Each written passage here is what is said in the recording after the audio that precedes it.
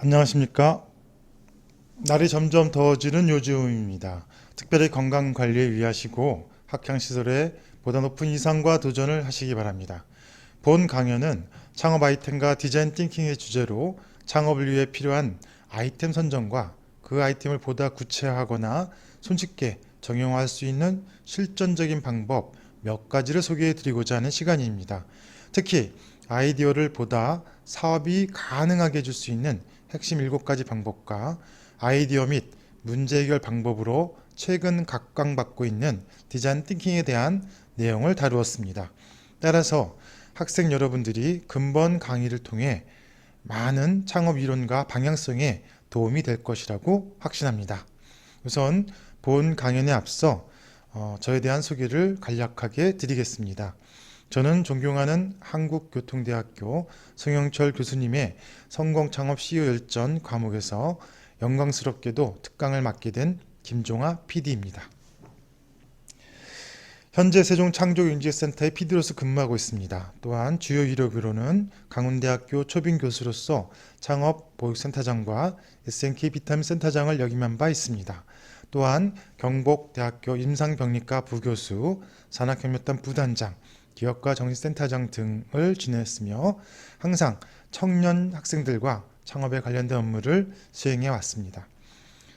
갖고 있는 자격으로는 마케팅 분야 경영지도사, ISO 9001 국제심사원의 자격, 그리고 빅데이터 특급 기술 분석사 등의 자격을 갖고 있습니다.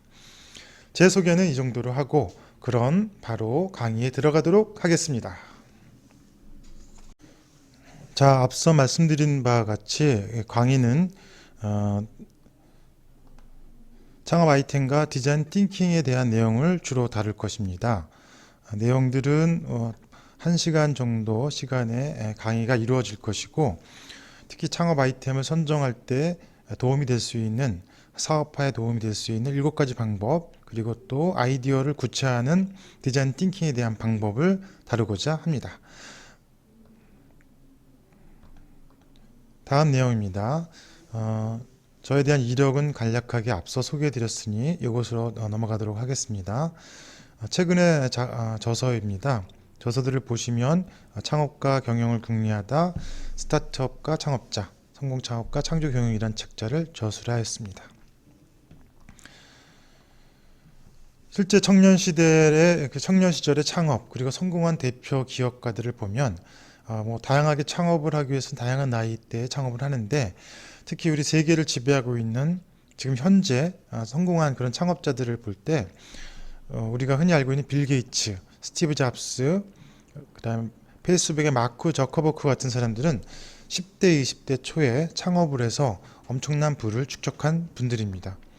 보시는 바와 같이 저커버크는 약 개인 재산 80조 정도, 스티브 잡스는 약 40조 정도의 좀 자꾸 하셨지만 40조 정도의 부를 축적하셨고 빌 게이츠는 약 60에서 70조 정도의 부를 축적하셨습니다. 이러한 추세에 발맞춰서 이제 최근 그 기업 가치가 10억 달러, 즉 1조 원 정도 이상인 기업들을 우리는 유니콘 기업이라고 하는데, 즉 상장되지 않은 기업들 중에 기업 가치가 1조 원이 된 그런 기업을 말합니다. 이런 기업은 상당히 불가능하다라고 해서 전설 속에 뿔 달린 말, 그래서 유니콘이라고 부르는 겁니다. 근데 이런 유니콘 기업이 한국에는 거의 없었는데 최근에 많은 유니콘 기업들이 생겨나기 시작합니다.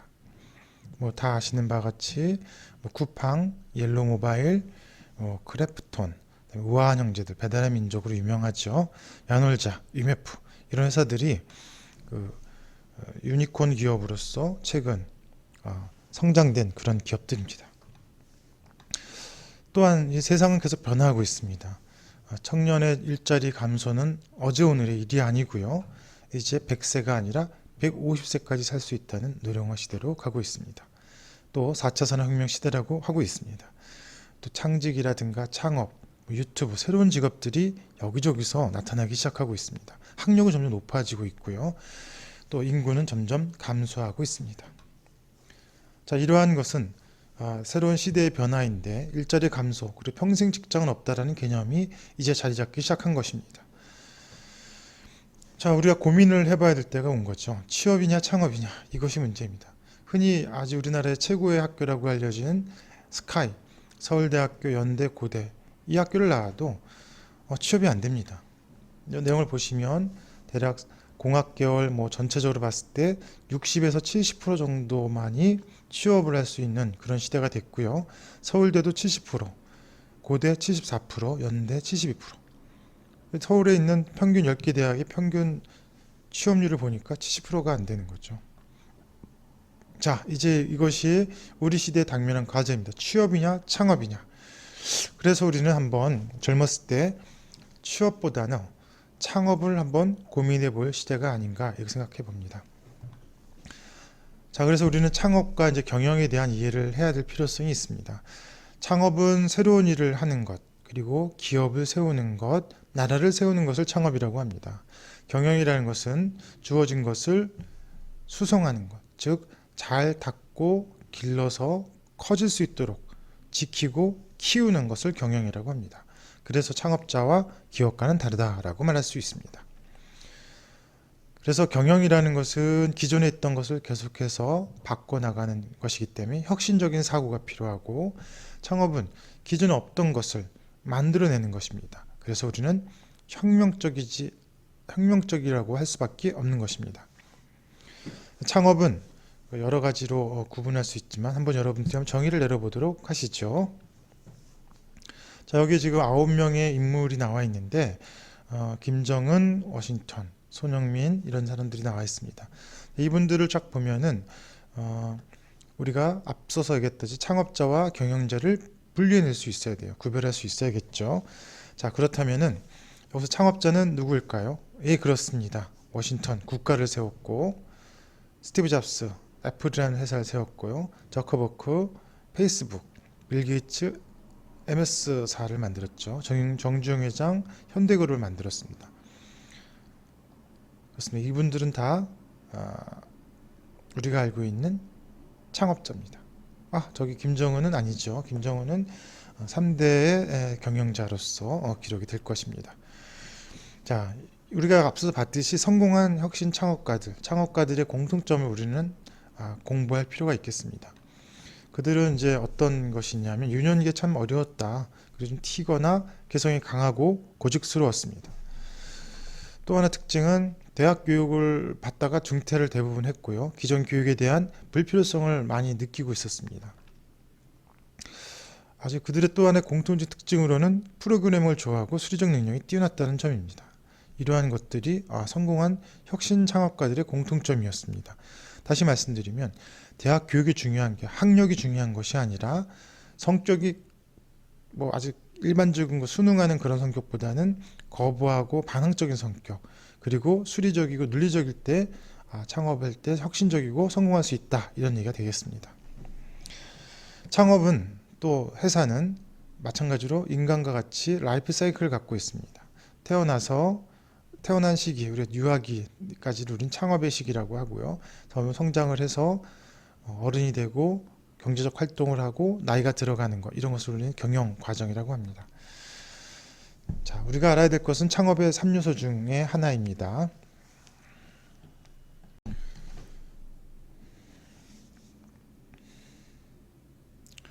자, 그렇다면 이제 창업에 대해서 우리가 공부를 하는 거니까 창업의 3요소에 대해서 알아보도록 하겠습니다. 창업을 하기 위해서는 당연히 창업을 하는 주체인 창업자, 또는 창업을 같이 하는 친구들 또는 동지들, 창업 파트너, 창업팀이 필요합니다. 그리고 또 어떠한 것을 갖고 무엇을 할 것인가에 대한 아이템, 우리가 흔히 얘기하면 창업 아이템이라고 할 수 있죠. 창업 아이템이 필요합니다.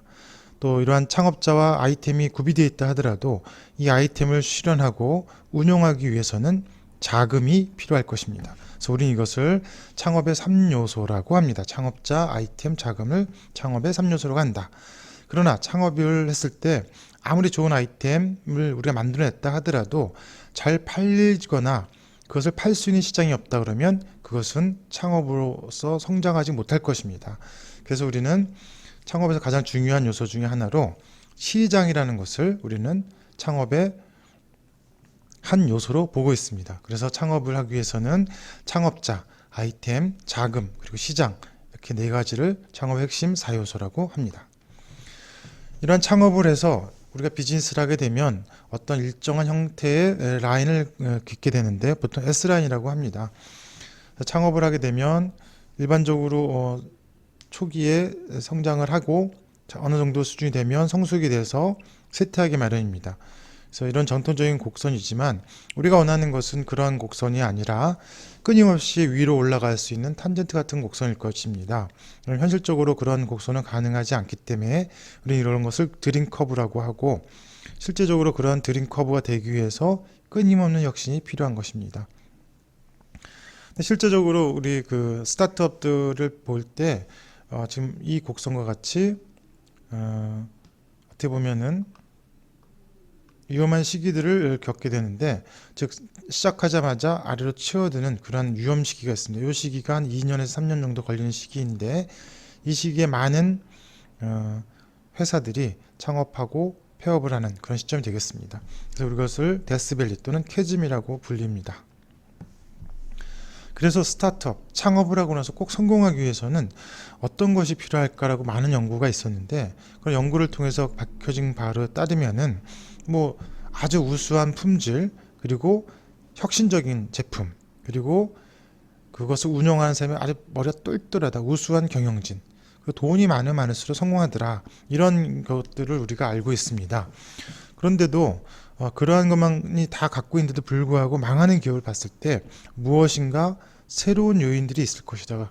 그래서 그러한 요인을 찾아봤더니, 아하, 고객의 고통, 고객의 니즈를 더 많이 채워주거나 고객의 고통을 많이 감쇄시켜주는 그러한 경우에 성공을 하더라라는 얘기가 나왔습니다. 그래서 우리는 이것을 실리콘밸리 그 벤처 기업의 성공 요인이라고 하는데 방정식이라고 하고 있습니다.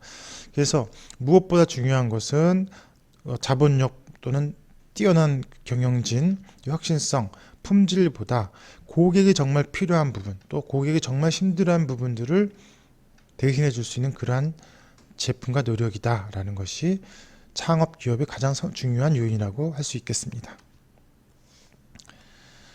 자, 또 우리가 창업을 하기 위해서 분석해야 될 것은 마이클 포터의 5가지 힘이 있다라는 모델, OF 모델을 좀 분석할 필요가 있습니다.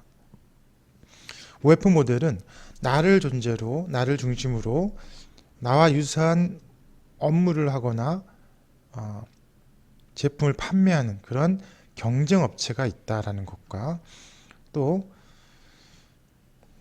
나에게 물건을 공급해주는, 즉 내가 어떤 재료가 필요할 때마다 내가 사야 될 그런 곳을 공급자라고 하겠죠. 공급자가 있고, 또 내가 팔아야 될 대상인 구매자, 소비자가 있습니다. 그리고 나와 같은 제품이 아니어도 내가 하는 제품을 다른 제품으로 바꿀 대체제, 예를 들면 내가 커피를 좋아하는, 내가 커피를 장사하고 있는데 커피가 몸에 안 좋다, 그래서 몸에 좋은 커피에 유사한 음료수 또는 주스가 커피 시장을 대체하는 경우가 생길 수 있습니다. 그래서 이런 대체제에 대한 부분, 그리고 또 하나는 내가 커피가 너무너무 잘 돼요. 주변에 그러면 저건 나도 커피 하면 잘 되겠네 하고 많은 사람들이 커피를 하겠다고 상점을 오픈합니다. 그렇게 잠정적으로 생기는 그런 미래의 경쟁자를 잠재적 경쟁자라고 합니다.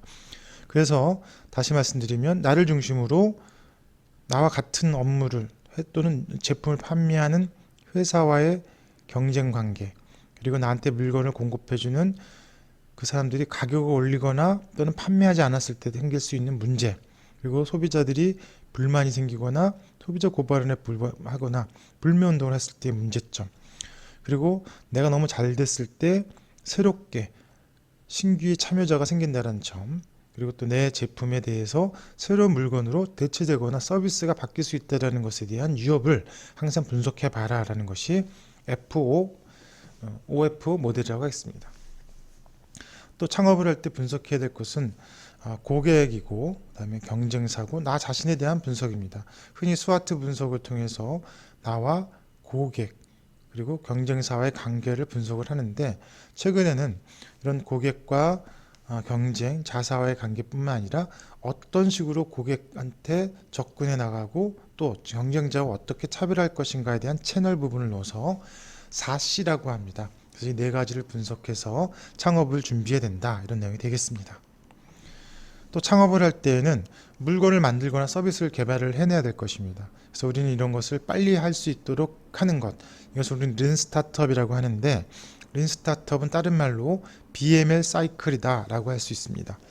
순차적으로 고객과 자신의 비즈니스 간 괴리를 좁혀나갈 수 있도록 하는 것인데, 이것을 하기 위해서는 최소의 기능을 가진 제품을 만들어서 고객한테 보여주고 테스트를 받고, 거기서 나온 결과를 측정해서 측정된 결과로 해서 수정을 해서 다시 새롭게 물건을 만들고, 다시 또 고객한테 보여주고 또 고치고, 보여주고 고치고, 이렇게 반복하는 것을 우리는 린 스타트업이라고 하고, 이 말을 BML 사이클이라고 합니다. 또 창업 기업이 또 고민해야 될 것은 이렇게 만들어낸 제품이 정말 잘 팔릴까에 대해서 시장, 아까 말씀드렸듯이 4C처럼 채널, 또 시장, 이런 것들에 대한 검증 아주 상당히 중요하죠. 그래서 시장을 어떻게 검증할 것인가에 대한 부분입니다. 근데 우리가 흔히 알고 있는 여러 가지 방법들 중에서 시장을 검증하는 방법은 크게 3단계로 이제 검증할 수 있다라고 할 수 있습니다. 첫 번째는 처음에 아이템이라는 것을, 사업을 어떤 것을 할까라고 구상할 때부터인데, 이것은 이제 사전 수요 조사 또는 사전 시장 조사라고 할 수 있겠습니다. 그래서 고객에게 얼마나 큰 문제를 해결해 줄 수 있는지를 찾아보는 거. 그다음에 이제 어느 마치 시장 수요 조사가 완료가 돼서 제품을 만들게 됩니다. 그랬을 때 이 제품이 이제 만드는 단계에서 또 고민을 해 나가야겠죠. 그래서 계속 만들면서, 아까 린 스타트업이죠. 고객한테 판매하기 전에 계속해서 고객의 수요를 물어보고, 고객이 원하는 방향대로 고치고, 또 다시 배우고 고치고, 또 다시 바꾸고 고치고 하는, 반복하는 과정에서 정말 고객한테 적합한 솔루션이 되는지를 검증해 보는 것이 되겠습니다. 그래서 이 두 번째 단계가 린 스타트업의 기본 골격이고 BML 사이클이라고 할 수 있겠습니다. 자, 이러한 단계를 거쳐서 이제 시장에 나가게 되면 실제 매출 단계로서 실제 판매가 되는지 안 되는지 파악이 되는 그런 단계가 되겠습니다. 그래서 판매를 하면서 왜 안 팔릴까? 그렇다면 어떻게 팔릴까? 어떻게 해야지 팔릴 것인가? 또 경쟁사들은 어떻게 하는가? 이런 여러 가지 것들 다각도로 고민하는 단계, 이런 단계에서 시장을 검증하는 것이라 하겠습니다. 자, 창업은 뭐 여러 가지 요인들이 있겠지만, 이제 트렌드, 그다음에 주변 환경, 또 산업계의 변화에 따라서 많이 변화할 수 있습니다. 그래서 우리는 그런 시대적인 요건, 요구 사항들을 잘 분석할 필요가 있겠습니다. 특히 지금은 4차 산업혁명 시대라고 합니다. 또 다른 말로 4차 산업혁명은 초연결화, 초지능화, 융합화라는 말로 표현을 하는데, 이것은 이제 새로운 경제적, 사회적 패러다임을 새롭게 제시하고 있고요. 또 이러한 것이 갖고 있는 큰 특징은 기존의 것을 결합하고 융합시켰고, 이러한 융합과 결합에 의해서 새로운 산업이 태동한다라는 개념입니다. 4차 산업혁명이라는 것은 그냥 툭 튀어나온 것이 아니라 현재 3차 산업혁명 시대의 어떤 여러 가지 기술들, 특히 이제 센서 기술, IoT 기술, 그다음에 AI 기술, 그리고 최근에 각광받고 있는 3D 프린팅, 나노 기술, 산업 바이오, 신에너지 등과 같은 이런 기존의 기술들, 좀 최적화해 있는 그런 기술들이 무인 자동차나 로봇 과학, 생명공학, 또는 블록체인, 이런 것들과 결합을 하면서 새로운 형태의 비즈니스, 밀접한 어떤 결합에 의해서 새로운 형태가 나오는 거죠. 그런 시대로 변화하고 있다는 뜻입니다. 이것은 다보스 포럼에서 2016년 발표가 된 내용인데, 이제부터 4차 산업혁명이 본격화될 것이다 라고 말을 했습니다. 4차 산업혁명은 결국은 초고속 인터넷을 기반으로 하고 있고, 또 첨단 기술과 기존의 기술들, 그리고 인프라들이 융합 또는 결합에 의해 새로운 형태의 초연결 사회로 변화하는 것이다 라고 얘기할 수 있겠습니다. 자, 그럼 우리가 4차 산업혁명 시대가 무엇인지 한번 비교할 필요가 있겠습니다. 일단 우리가 산업혁명이라고 하면 산업의 획기적인 변화, 그리고 기존의 산업이 뭉개지고 새로운 형태의 산업이 태동하는 것을 혁명이라고 할 수 있겠습니다. 그렇다면 4차, 네 번째 산업혁명 시대라고 하니까 앞서의 3차 산업혁명 시대까지의 과정을 한번 보고 또 4차 산업혁명 시대를 예측해 보는 것도 나쁘지 않겠습니다. 1차 산업혁명 시대는 18세기에 전기기관이 발명되면서 산업의 기계화 혁명이 일어나는 것을 말합니다. 그리고 2차 산업혁명은 전기에너지와 내연기관을 도입하면서 우리가 산업의 획기적인 변화가 일어나기 시작합니다. 대량 생산이 가능해지는 그런 시대로 변화가 되겠습니다. 3차 산업혁명 시대는 20세기 후반 1950년대를 기점으로 해서 컴퓨터가 개발이 되고 또 인터넷이 연결이 되기 시작합니다. 그러면서 지식 정보가 다각화되고 산업혁명이 일어나서 지금의 전사나 그리고 또 다양화 또 많은 산업에서의 획기적인 변화를 우리가 보고 있습니다. 그렇다면 이런 3차 산업혁명 시대에 이어서 4차 산업혁명 시대는 어떤 것인가? 이제 제2의 정보혁명 또는 기존에 있던 많은 기술들, 빅데이터, AI, IoT 등 이러한 것들의 융합에 의한 초연결 혁명이라고 부를 수 있겠습니다. 흐름은 뭐 이렇게 표에서 보시는 바와 같이 단순한 그런 일방향 기기에서 양방향 그리고 모바일로 변화가 되고 스스로 생각하고 지능을 갖게 된 스마트형, 즉 지능형 기기로 변모를 하기 시작합니다.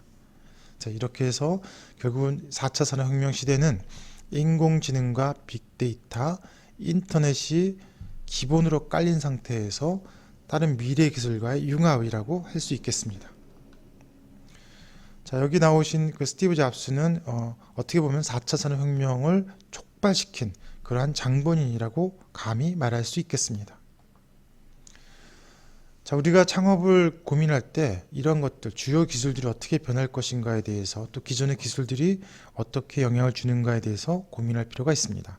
그래서 보면 사물 인터넷, IoT, 빅데이터, 가상현실, 인공지능, 3D 프린팅, 초고속 인터넷, 5G 정도 이런 것들을 우리가 보면서 앞으로의 기술들이 저렇게 흘러가겠구나라는 것을 알 수가 있겠습니다.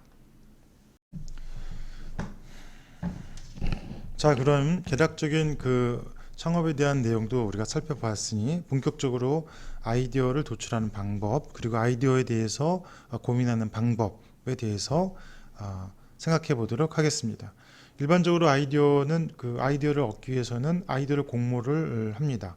그래서 사업 제안서나 사업 계획서 또 홈페이지 프로포절 등을 받아서 접수 심사를 하고 거기서 우수한 그런 아이디어에 대해서 포상을 하는 그런 방식으로 채택을 하는 그런 방식을 취하게 되는데 실제 보면은 그 한 100개 중에서 한두 개 정도가 채택이 됩니다. 심각하죠. 그렇게 많은 아이디어가 나온다고 해서 한두 개밖에 선택되지 않는다. 이것이 왜 그럴까요?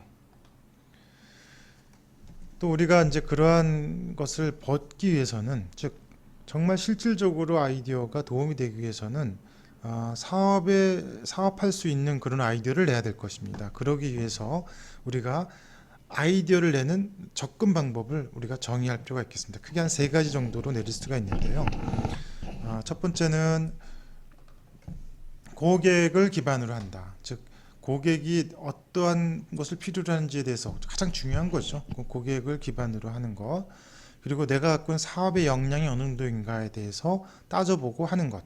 내가 할 수 있는지 없는지를 따져보는 게 사업 역량 기반이라고 하겠습니다. 세 번째는 현재 산업의 트렌드가 어떤가. 즉 어떤 식으로 산업이 흘러갈 것인가에 대해서 고민하고 거기에 맞추어서 아이디어를 생각해내야 된다라는 뜻이 되겠습니다. 다시 말씀드리면 고객을 기준으로 내가 할 수 있는지 없는지, 내가 할 수 있는 역량이 어느 정도 수준인지를 따져보고 현재 산업이 어떤 식으로 흘러가는지를 따져보면 정말 제대로 된 사업을 찾아낼 수 있다라는 뜻이 되겠습니다. 자, 그럼 첫 번째 고객 기반이라는 것은 현재 우리가 해야 될 것들 중에서 고객이 정말 원하는 것이 무엇인지를 찾아내는 것입니다. 그래서 정말 중요한 부분은 고객의 문제를 찾아내는 것, 이것을 우리는 고객 기반 아이디어에이션이라고 합니다. 두 번째로 사업 역량 기반이라는 것은 우리가 갖고 있는 현재의 인프라, 그다음에 자원, 재원 등이 어느 정도 수준인지를 파악하고 나서 할 수 있는 일을 하자라는 개념이 되겠습니다. 세 번째는 산업 트렌드 기반인데, 다시 말하면 현재 어떤 형태의 기술이 나오고 있고 또 어떤 형태로 진화하고 있고 또 앞으로 어떤 것이 나타날 것이다를 미리 예측해 보는 겁니다. 그래서 거기에 나와 있는 예측되어 있는 내용을 가지고 시장, 상품, 고객을 확장할 수 있도록 생각해 보는, 또 그래서 사업 기회를 찾아내는 기법이라고 할 수 있겠습니다. 자, 그런데 우리가 고객 기반, 내 역량 기반, 그리고 산업 트렌드 기반에 따라서 한다 할지라도 잘 나오지 않습니다. 아이디어가 왜 잘 안 나올까요? 그 이유는 우리가 갖고 있는 시야, 경험치가 상당히 작기 때문입니다. 다시 말하면 내가 갖고 있는 지식의 정도, 그다음에 경험치, 또 주변에 있는 여러 환경들이 내가 갖고 있는 것만이 전부이기 때문에 결과적으로 새롭게 어떤 아이디어를 내기가 어렵다라는 거죠. 자, 이래서 우리가 이제 아까 말씀드렸듯이 고객 기반, 내 역량의 기반, 그리고 산업 트렌드 기반, 이러한 세 가지를 가지고 다른 영역의 성장 인지를 찾아내는 것, 이것을 우리는 트렌드 키워드 스캐닝이라고 하는데, 아이디어를 내실 때 한 번쯤 생각해 볼 수 있는 좋은 기법이라고 하겠습니다. 자, 고객 기반, 자기 역량 기반, 그리고 산업 트렌드 기반에 의해서 생각을 하면서 보다 더 구체적으로 아이디어를 현실적으로 낼 수 있는 그 7가지 방법을 말씀드리도록 하겠습니다. 첫 번째는 번들이라는 것이 있습니다. 번들이라는 것은 묶음, 다시 말해서 제품 플러스 서비스, 서비스 플러스 서비스 형태로 하나의 제품을 팔 때 뭔가를 하나 더 묶어서 세트로 판매하는 거죠. 그래서 커피숍에 번들 패턴을 적용해 보면은 커피만 팔던 그런 커피숍에다가 커피 앤드 빵 해가지고, 또는 커피 앤드 배달, 또는 커피 앤드 플러스 알파를 둬서 그 서비스를 취함으로 해서 그 서비스 때문에, 플러스 된 것 때문에 조금 더 사람들의 구매욕, 소비욕이 높아지도록 하는 것, 이런 것입니다. 그런 사례를 보면은 보통 우리가 이제 여행 상품을 사게 되면 비행기, 항공권, 그다음에 식사권, 호텔권, 그리고 렌탈 이런 것들 쭉 묶었을 때 그냥 항공권만 있는 것보다는 그쪽을 사게 되는 거죠. 그래서 그런 것들이 이제 우리 사례가 될 수 있고, 스마트폰을 살 때에도 우리가 많이 경험하고 있습니다. 스마트폰만 달랑 사는 게 아니라 스마트폰에 아이팟이라든가 현금을 준다든가 인터넷이라든가 이렇게 결합 상품을 통해서 보다 더 좋은 혜택을 가져간다라는 느낌을 줘서 고객, 소비자로 하여금 선택할 수 있도록 하는 거죠. 자, 두 번째 전략은 로우 코스트 전략입니다. 기존에 있는 경쟁사와 유사한 것을 하겠다고 할 때에는, 아이디어가 나왔을 때에는 그렇다면 어떻게 할까? 일단 가격을 좀 차별화하자라고 했을 때 우리가 흔히 생각할 수 있는 것이 로우 코스트 차별화 전략인데, 로우 코스트 차별화 전략은 경쟁사보다 최소 30% 이상 저렴한 가격으로 제공해야 되는 것입니다. 그리고 또 이런 로우 코스트 전략을 쓸 때에는 내가 충분한 재력, 자원을 갖고 있을 때 그렇게 해야 되고요. 그렇지 못할 경우에는 상당히 위험할 수 있으니 주의해야 될 부분이 되겠습니다. 세 번째 전략은 상당히 유용한 전략 중에 하나인데, 벳 앤 훅 전략, 또는 훅 앤 벳 패턴이라고 할 수가 있는데, 흔히 얘기하면 면도기를 많이 구매해 봤을 겁니다. 질레트 면도기 같은 걸 사면 면도날이 한두 개밖에 없어요. 근데 그게 면도날을 사고 면도날만 또 따로 팝니다. 이렇게 기본 제품은 먼저 주고 기본이 되는 건, 소모품에 해당하는 것들을 비싼 가격에 판매하는 것, 이것을 우리는 베겟 훗 전략이라고 합니다. 그래서 흔히 얘기하면 우리가 네스프레소 기기를 사게 되면 네스프레소 기계가 상당히 비싼데 그걸 그냥 거의 좀 싸게 파는 겁니다. 원가에 팔고 거기에 들어간 커피 머신, 커피 캡슐을 매달 주기적으로 판매하면서 큰 수익을 발생시켰던 사례가 있습니다. 그 외에도 많이 있습니다. 우리가 흔히 얘기하는 복사기, 복합기, 저걸 갖다 주고 토너라든가 종이를 판매하는 그러한 거, 그다음에 정수기 또는 필터를 교환해 준다든가 관리 차원에서 계속해서 돈을 청구하게 되죠. 또 질레트 면도기 같은 경우는 우리가 흔히 알 수 있는 벳 앤 훅 전략이라고 할 수 있겠습니다. 배대훅 전략은 상당히 많은 곳에서 사용되고 있으니까 여러분들도 한번 아이디어를 낼 때 어떻게 하면 기본을 팔면서 부수적으로 지속적인 수익을 낼 수 있을까 한번 고민해 볼 수 있는 그러한 패턴이 되겠습니다. 네 번째 전략 패턴으로는 Pay by Orders라는 패턴입니다. 그러니까 뭐든지 사는 사람이 직접 돈을 내야 된다는 시대가 지나가죠. 지금 우리가 흔히 얘기하면 쿠폰 날아오고 뭐 선물권이 날아옵니다. 그래서 내가 사지 않아도, 내가 돈을 내지 않아도 누군가 내 것을 살 때 대신하게 해주는 그러한 방식으로 비즈니스를 전개하면 의외로 사업적인 메리트가 있다라고 할 수가 있겠습니다. 자, 공유경제형 비즈니스 모델 다섯 번째 패턴입니다. 공유경제라는 것은 말 그대로 내가 필요하거나 내가 필요하지 않은 것이 존재할 수 있고 누군가는 필요하거나 누군가는 필요하지 않은 것이 존재할 수 있습니다. 이 두 가지가 서로 필요하지 않은 사람한테 필요한 사람한테 주는 것. 예를 들면 빈 방이 있는, 나는 이제 내 자식이 군대에 가서 이 방이 비어 있어서 그냥 골방으로 나눠져 있는데 빈 방으로 누군가는 여행을 왔을 때 좀 저렴하게 그냥 잠만 잤으면 좋겠어요. 그래서 이 방을 빌려주고 모텔이나 여관에 호텔에 자면 5만 원, 10만 원 하는데 이 방에 잠만 자면 뭐 2만 원 이렇게 해서 쓸 수 있게끔 내놓는 겁니다. 그럼 난 빈방이지만 누군가 사용을 해서 돈을 뭐 작지만 벌 수가 있고 또 이것을 필요로 했던 사람은 당장 잘 곳을 돈 저렴하게 5만 원, 10만 원 할 걸 2만 원에 쓸 수 있으니까 상당히 이익을 보는 거죠. 그렇게 서로 간에 이익을 보는 형태로 서로 공유하는, 또 공유를 함으로 해서 경제, 즉 이익이 서로 발생하는 그런 형태의 비즈니스를 공유경제형 비즈니스 모델이라고 합니다. 그래서 이런 것들은 많이 생각해보면 많이 나와 있죠. 특히 이제 우리가 흔히 알고 있는 에어비앤비가 대표적인 것이고 뭐 그 외에도 많은 것들이 이런 공유경제 플랫폼을 이용하고 있습니다. 이런 공유경제 플랫폼을 하기 위해서는 핵심 네 가지 요소를 잘 생각을 해야 됩니다. 첫 번째는 규모가 있는가, 즉 소비자와 공급자가 적정한 수로 있어야 됩니다. 즉 빈번히 발생할 수 있는 수준이 돼야 되고요. 또 대여할 수 있는 사람이나 뭐 쓸 사람이 있어야만 가능하죠. 그리고 또 이것이 믿을 수 있는지 믿을 수 없는지에 대한 신뢰 그리고 믿음이 상당히 중요합니다. 그래서 우리는 크게 네 가지 적정 규모가 있고 공급할 수 있는가, 또 그 공유하는 것에 대해 믿음을 줄 수 있는가, 또 거래하는 당사자 간의 신뢰를 쌓을 수 있는가가 그 위에 계속 지속적인 공유 경제 플랫폼이 가느냐 안 가느냐에 대한 핵심이 될 수 있겠습니다. 자, 첫 번째 아이디어를 구체화시키는 패턴으로는 빅데이터 기반의 IoT 플랫폼이라고 할 수 있겠습니다.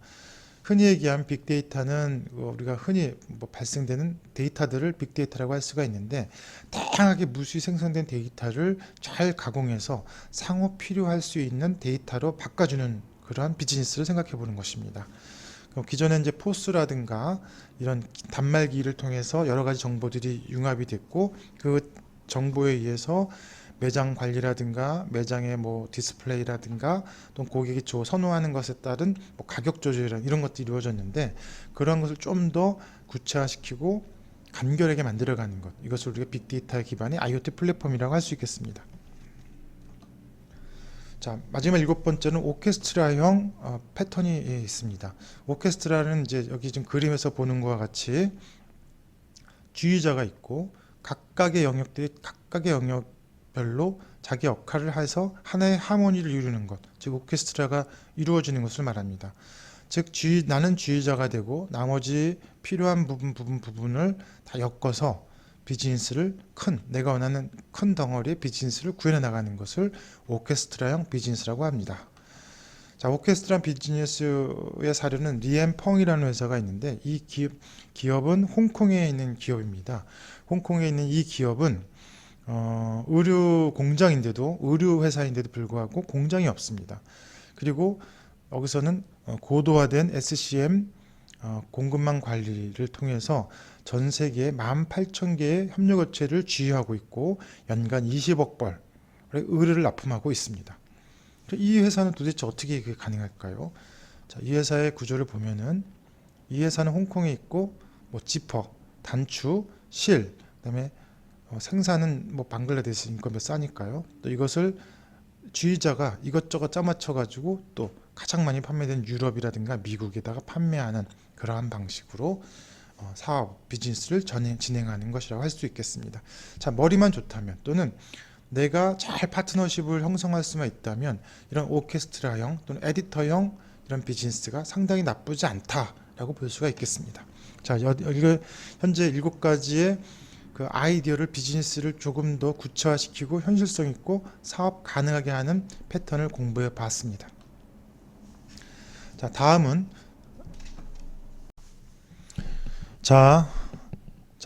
디자인 띵킹을 한번 설명해 보도록 하겠습니다. 디자인 띵킹은 그 기존에 우리가 고객과 또 사업하는 사람 또는 제공하는 사람들 간에 잘 커뮤니케이션이 이루어지지 않는 부분들을 해결할 수 있는 아주 좋은 방법으로서 채택된 그러한 커뮤니케이션 기법이었는데, 다시 보면은 이 디자인 띵킹은 결국은 이제 부모 세대와 아이들 세대가 서로 너무 다르다. 무언가를 요구하지만 이해하지 못하고 우리 아버지들은 엄마들은 나랑 달라. 또 요즘 애들은 뭔가 왜 이래? 내 말을 안 들어. 이렇게 여러 가지 생각을 하게 되는 그 원인은 뭔가가 잘못, 그러니까 서로 간에 생각하는 그런 일치성이 없기 때문인데, 그러한 생각을 좀 엇비슷하게 만들어줄 수 있지 않을까라고 하는 그런 발상 기법이 되겠습니다. 그래서 디자인 띵킹은 소비자들이 가치 있게 평가하고 시장의 기회를 이용할 수 있으며 기술적으로 가능한 비즈니스 전략에 대한 요구를 충족하기 위해 디자이너들이 생각하는 작업 방식을 이용하는 사고다라고 볼 수가 있습니다. 너무 어렵죠. 하지만 이제 단순하게 생각할게요. 다시 얘기하면 디자인 띵킹은 인간을 관찰하고 공감하며 문제를 정의하고 그다음에 만들어서 테스트를 함으로 해서 그걸 또 계속 반복해 가지고 결국은 가장 근접한 답을 찾는 그러한 창의적 문제 해결 방법이다라고 할 수가 있습니다. 자, 결국 디자인 띵킹을 하게 되면 이제 여러 가지 반복을 하기 때문에 시간적인 요소는 걸릴지 모르지만 상호 생각하는 부분이 일치성을 찾아내는데 나쁘지 않다라는 뜻이고요. 그러기 위해서 우리가 흔히 3가지 생존이 지속할 수 있도록 할 수 있는 방법, 그리고 구현이 가능해야 되고 또 서로가 바라는 것이 충족이 돼야 됩니다. 이런 것을 우리는 이노베이션, 혁신이 만들어진다고 하는데, 이런 3가지 요건을 다 충족할 수 있는 아주 최고의 방법 중에 하나다라고 할 수가 있겠습니다. 자, 그러면 그것에 대해서 우리 디자인 띵킹에 대해서 한번 배워보도록 하겠습니다. 디자인 띵킹은 크게 5가지 단계만 기억하면 됩니다. 디자인 띵킹은 크게 5가지 단계인데, 첫 번째는 emphasize, 그래서 즉 공감한다라는 것이죠. 공감. 두 번째는 define, 문제를 정의한다. 세 번째는 정의된 문제를 가지고 어떻게 할 것인가에 대한 아이디어를 도출하는 것이고요.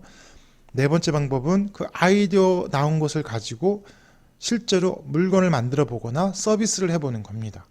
그래서 그 만들어진 걸 가지고 고객한테 테스트를 해서 고객이 뭐 피드백이 나오겠죠. 좋다, 싫다, 이것은 좋고 저 부분은 좀 없었으면 좋겠고 이 부분은 조금 더 강하게 해라, 이건 좀 삐직하게 해라, 둥그렇게 해달라, 또는 이 부분은 아예 네모나게 해달라, 빼라, 뭐 이런 식 여러 가지 요구 사항이 나올 겁니다. 그것을 받고 반복적으로 만들고 테스트하는 그런 것을 우리는 디자인 띵킹이라고 한다. 그래서 디자인 띵킹은 크게 5가지다.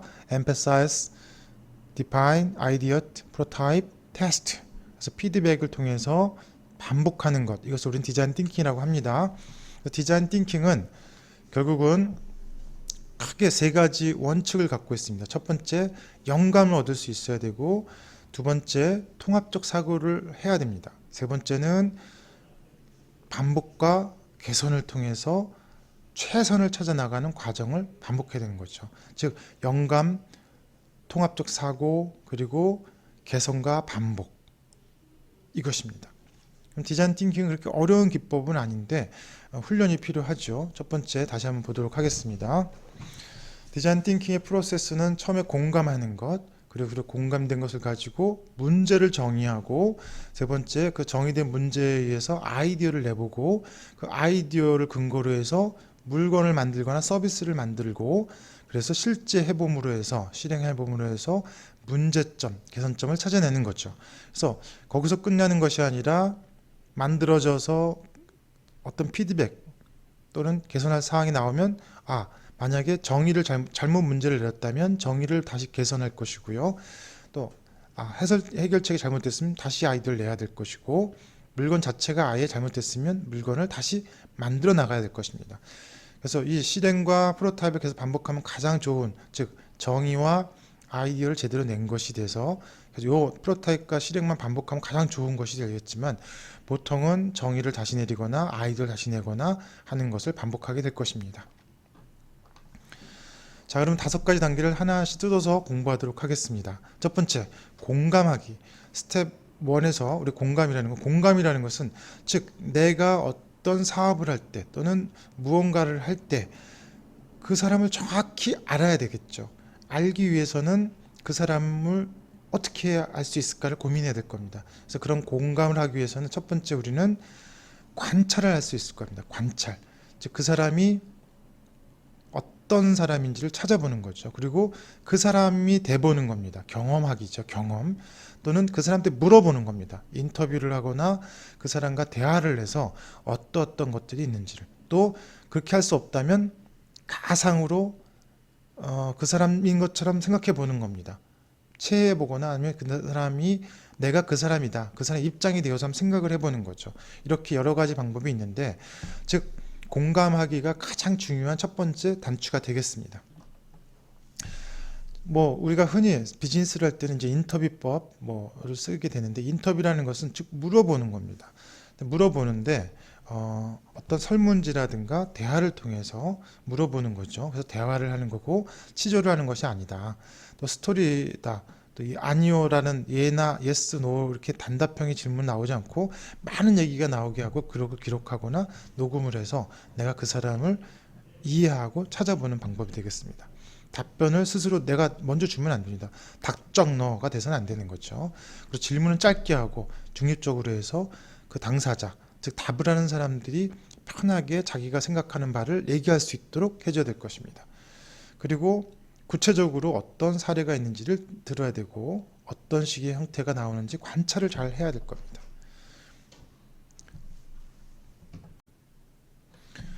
자, 다음은 페르소나 기법이 있습니다. 우리가 실제적으로 그 사람이 돼서 그 사람의 마음속을 다 읽으면 제일 좋지만 그 사람이 될 수 없기 때문에 그렇게 유사하게 하시는 방법은 가상의 인물로 한번 정의를 해보는 겁니다. 즉 페르소나 기법이라고 하는데 경험이 동일한 사람들을 묶어서 그 사람으로 정의를 내리는 겁니다. 그래서 그 사람인 것처럼 생각해가지고 우리가 행동을 하면 즉 그 사람이 갖고 있는 생각을 비슷하게 읽을 수 있다. 이런 기법이 되겠습니다.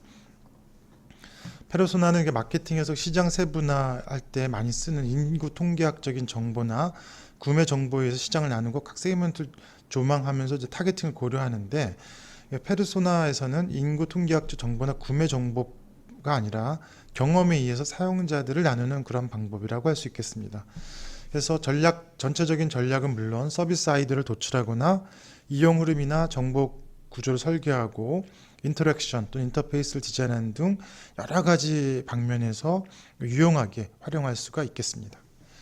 자, 두 번째 스텝인 정의, 디파인인데 일단 우리가 어떤 상대에 대해서, 고객에 대해서 공감을 했습니다. 어떤 여자라든지 어떤 남자가 갖고 있는 성격, 성향 이런 것들을 우리가 저 사람은 어떤 사람이야 라는 것을 우리가 이제 대충 공감을 하게 되면 정의를 내려야 될 겁니다. 그렇죠? 그래서 저 사람은 내가 관찰한 바에 따르면 내가 대화하고 조사하고 가상으로 체험한 바에 따르면 저 사람은 이런 사람의 문제를 가지고 있어. 이러이러한 것을 해결해 줘야 될 것 같아. 또는 이러이러한 것에 대해서 걱정하고 있어. 또는 이것이 가장 큰 그 사람의 바램이야. 이런 것들을 찾아낼 수가 있겠죠. 그래서 실제로 그 사람이 어떤 것을 좋아하는지, 혼란스럽게 하는지, 싫어하는지, 원하는지 등을 찾아내는 것을 우리는 정의라고 할 수 있겠습니다. 즉, 디파인을 함으로 해서 저 사람이 필요로 하는 것, 저 사람이 문제로 하는 것을 알아내는 거죠. 그래서 딱 그거에 대해서 이제 문제를 해결하자라는 뜻이 되겠습니다. 자, 그럼 문제에 대한 정의까지 우리가 내렸으니까 다음은 그 문제를 해결하기 위한 아이디어를 내는 단계가 됩니다. 그래서 우리는 그런 이제 아이디어 단계까지 오면, 만약에 우리가 정확하게 고객을 공감하고 고객이 원하는 물건 또는 서비스 또는 불편해하는 요소를 정확하게 정의만 내렸다면 해결책을 찾아서 낸다는 것은 그렇게 어렵지 않을 겁니다. 그래서 이제 아이디어 단계에서는 여러 가지 아이디어를 내는 기법을 통해서 아이디어를 이제 구상을 하게 될 건데, 이 단계에서 보통 우리는 가장 좋은 방법이라고 할 수 있는 것은 브레인스토밍이라고 할 수 있습니다. 자, 그래서 이제 브레인스토밍에 대해서 한번 알아보도록 하겠습니다. 브레인스토밍은 1940년대 미국의 광고업자 알렉스 오스본이 회의 방법으로 고안한 것인데, 이 방법은 그 정신병 환자가 그 두뇌 속을 딱 봤더니 폭풍을 치는 것처럼 그냥 번쩍번쩍하더라. 그러니까 한마디로 해서 미쳤네라는 뜻이죠. 그런 사람들처럼 회의를 할 때 미친 사람처럼 아이디어를 내보자, 그런 뜻이 되겠습니다. 브레인스토밍에는 크게 4가지 4대 원칙이 있습니다. 첫 번째, 비판을 하지 말아야 되는 것. 두 번째는 자유롭게 해야 되는 것. 세 번째는 많은 양의 아이디어를 내도록 하는 것. 또 네 번째, 마지막으로는 어떤 아이디어든 거기다 붙이거나 빼거나 붙이는 것, 편승하는 것을 환영한다는 것입니다. 그래서 이 4가지는 반드시 브레인스토밍 할 때 지켜주는 것이 좋겠습니다. 브레인스토밍에는 크게 3가지 종류가 있습니다. 첫 번째는 프리윌링, 그래서 자유분방형. 두 번째, 라운드 로빈형, 순차적 순서를 정하는 거. 세 번째는 슬립 메소드형이 있습니다. 그래서 첫 번째 자유분방형 프리윌링형은 회의 방식에 일정한 순서가 없이 아이디어가 떠오르는 듯이 동시에 다발적 의견을 내는데 시간을 단 정해놓고 하는 것입니다. 로빈 방식, 그러니까 순차적인 것은 순서를 정해서 한 사람씩 돌아가면서 아이디어를 내는 건데, 첫 번째 낸 사람이 아이디어를 내고 계속 내는 거죠. 그러다 아이디어가 없으면 생각이 안 나면 그때 패스를 외치는 겁니다. 그럼 지나갈 수 있습니다. 그래서 모든 구성원들이 결국 패스가 되면 거기서 아이디어 회의를 마치는 그런 방법이 되겠습니다. 슬립 메소드는 회의 시작하기 전에 쪽지에다가 주제에 관련된 아이디어를 기술하고 쪽지로 브레인스토밍을 진행하는 거죠. 그래서 이런 방법들이 있는데, 주로 우리가 많이 활용할 수 있는 방법은 첫 번째와 두 번째 방법이 되겠습니다. 자, 브레인스토밍으로 해서 큰 성공적인 사례를 한번 보도록 할게요. 미국에는 3월 말에도 눈 내리는 메인의 주가 있습니다. 메인 주가 있는데, 그 주에 정말 눈이 내리니까 3, 4월에 눈이 내리니까 거기는 전보산대에 있는 전깃줄이 눈이 쌓여가지고 상당히 무거워져서 결과적으로는 전선이 끊어지거나 해서 그 사람들이 고립이 되고 전기를 못 얼어 죽거나 또는 큰일이 생기는 거죠. 그래서 이거를 해결하기 위해서 시청의 이제 시장이 브레인스토밍을 하자라고 했습니다. 그래서 이제 한 것이, 눈이 쌓이니까 전선을 흔들면 눈을 떨어뜨리면 되지 않겠냐라고 했어요. 그래서 전봇대를 흔드시다. 아니, 우리가 직접 하지 말고 곰을 훈련해가지고 전봇대 흔들게 합시다. 근데 전봇대에 올라가서 곰이 이렇게 흔들면 안 될까요? 그렇게 합시다. 그러려면 꿀단지 놓읍시다. 꿀단지를 놓으면 되겠네. 근데 어떻게 꿀단지를 전봇대 꼭대기에 둘까요? 이런 게 나오기 시작했습니다. 그래서 이제 헬리콥터를 이용합시다. 전봇대 꼭대기에다 꿀단지를 쉽게 갖다 놓을 수 있지 않을까요? 그러면 헬리콥터 어떻게 구해요? 국립경비대가 요 근처에 있습니다. 거기 있는 거에서 가져오면 되지 않을까요? 꿀단지가 헬리콥터의 바람과 진동을 견뎌낼 수 있을까요? 이런 얘기가 나왔어요. 그래서 계속해서 의견이 나왔는데, 마지막으로 전보산대 근처에 헬리콥터를 띄워서 진동과 바람으로 눈을 제거하면 어떨까요? 라는 답이 나왔습니다. 그래서 문제가 해결이 되었습니다. 좀 엉뚱하게 시작을 했지요. 거기 보면 곰이 나오고 곰에 꿀단지 나오고 꿀단지를 헬리콥터 갖다 놓고 막 하다 보니까 다 빼고 헬리콥터로 눈이 쌓인 전보산대 전선에 그 헬리콥터를 띄우면 결국은 진동이 일어나고 바람 때문에 눈이 다 없어지지 않겠냐라는 해결책을 제시할 수 있었던 겁니다. 이렇게 브레인스토밍은 엉뚱하지만 의외로 손쉽게 해결책을 찾아낼 수 있는 그런 기법이 되겠습니다. 자, 그런 우리 아이디어를 내면 이제 그런 아이디어까지 나왔어요. 이제 구체화된 아이디어가 나왔기 때문에 그거를 가지고 우리가 뭔가 만들어 보는 겁니다. 그 아이디어대로 해보는 거죠. 그래서 시제품을 신속하게 만들고 평가를 하기 위해서 하는 단계를 우린 프로토타입 단계라고 합니다.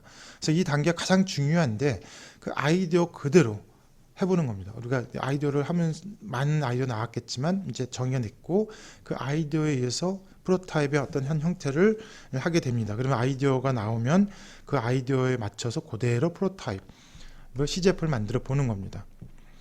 자, 이 시제품을 만들게 되면 이제 우리가 여러 가지를 따져봐야 되겠지만 아이디어에서 우리가 따져보는 것들이 뭐였죠?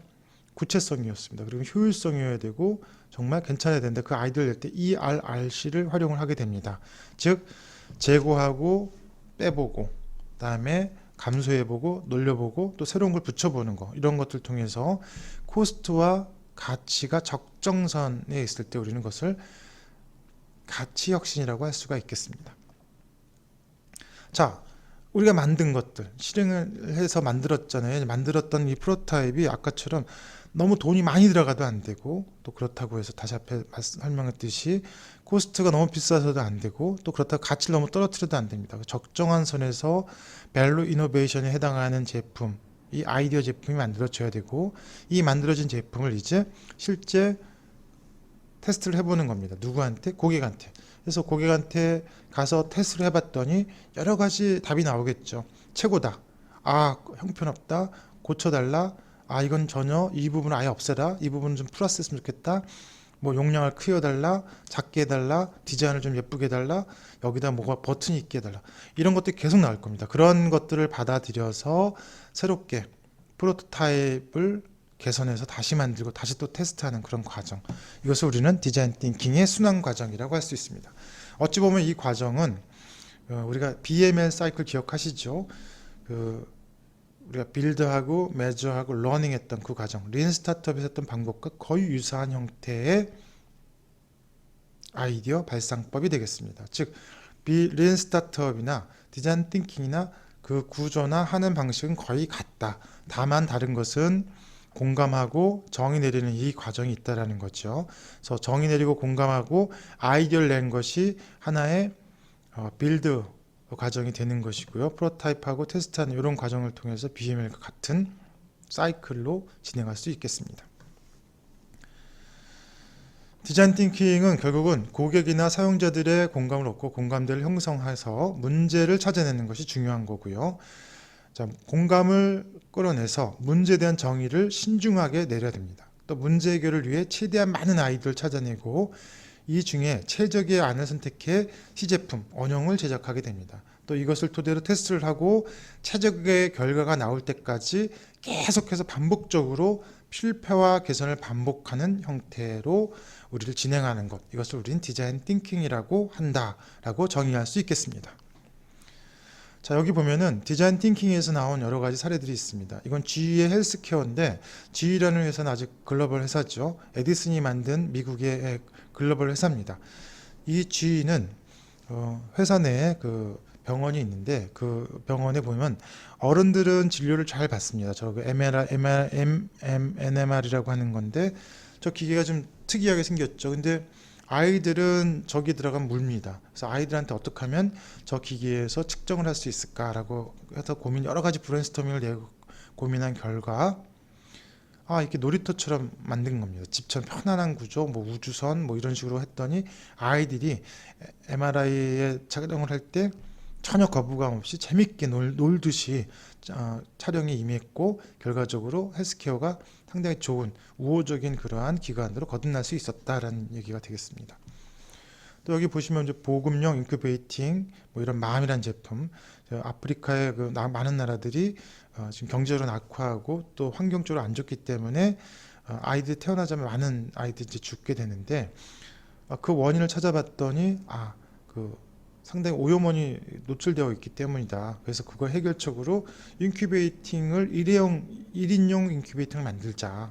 그리고 또 보급할 수 있도록 싸게 만들자 해서 만들어낸 것이 바로 이 보급용 인큐베이터가 되겠습니다. 이 맘이라는 제품 때문에 많은 아이들이 태어나자마자 죽었던 그러한 안 좋은 상태에서 이제 많은 생명들을 구할 수 있는 그런 아주 개선된 사례가 되겠습니다.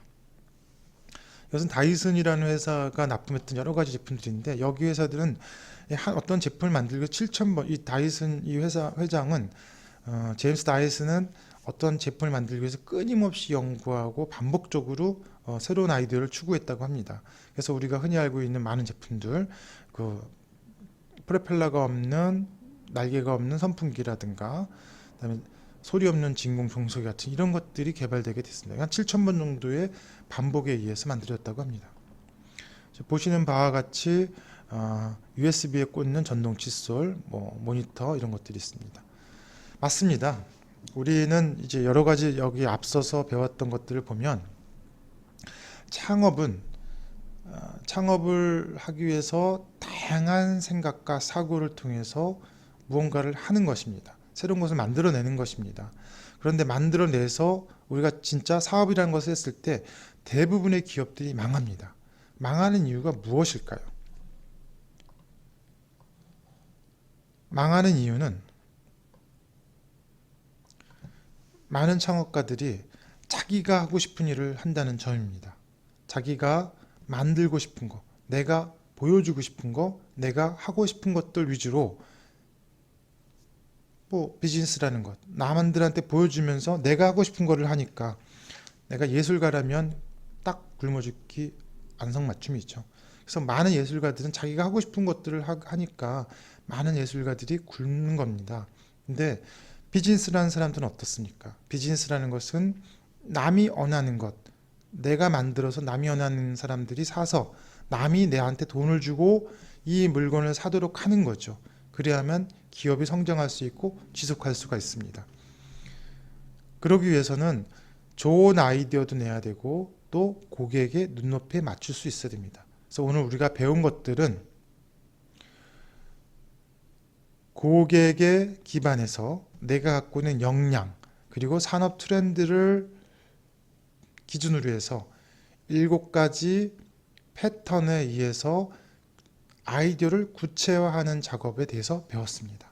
또 아이디어를 내고 발상하는 브레인스토밍, 그리고 또 하나 아이디어를 정말 고객이 원하는 수준까지 끌어낼 수 있고 고객이 원하는 문제를 해결해 줄 수 있는 상품으로 만드는 기법인 디자인 띵킹까지 배워봤습니다.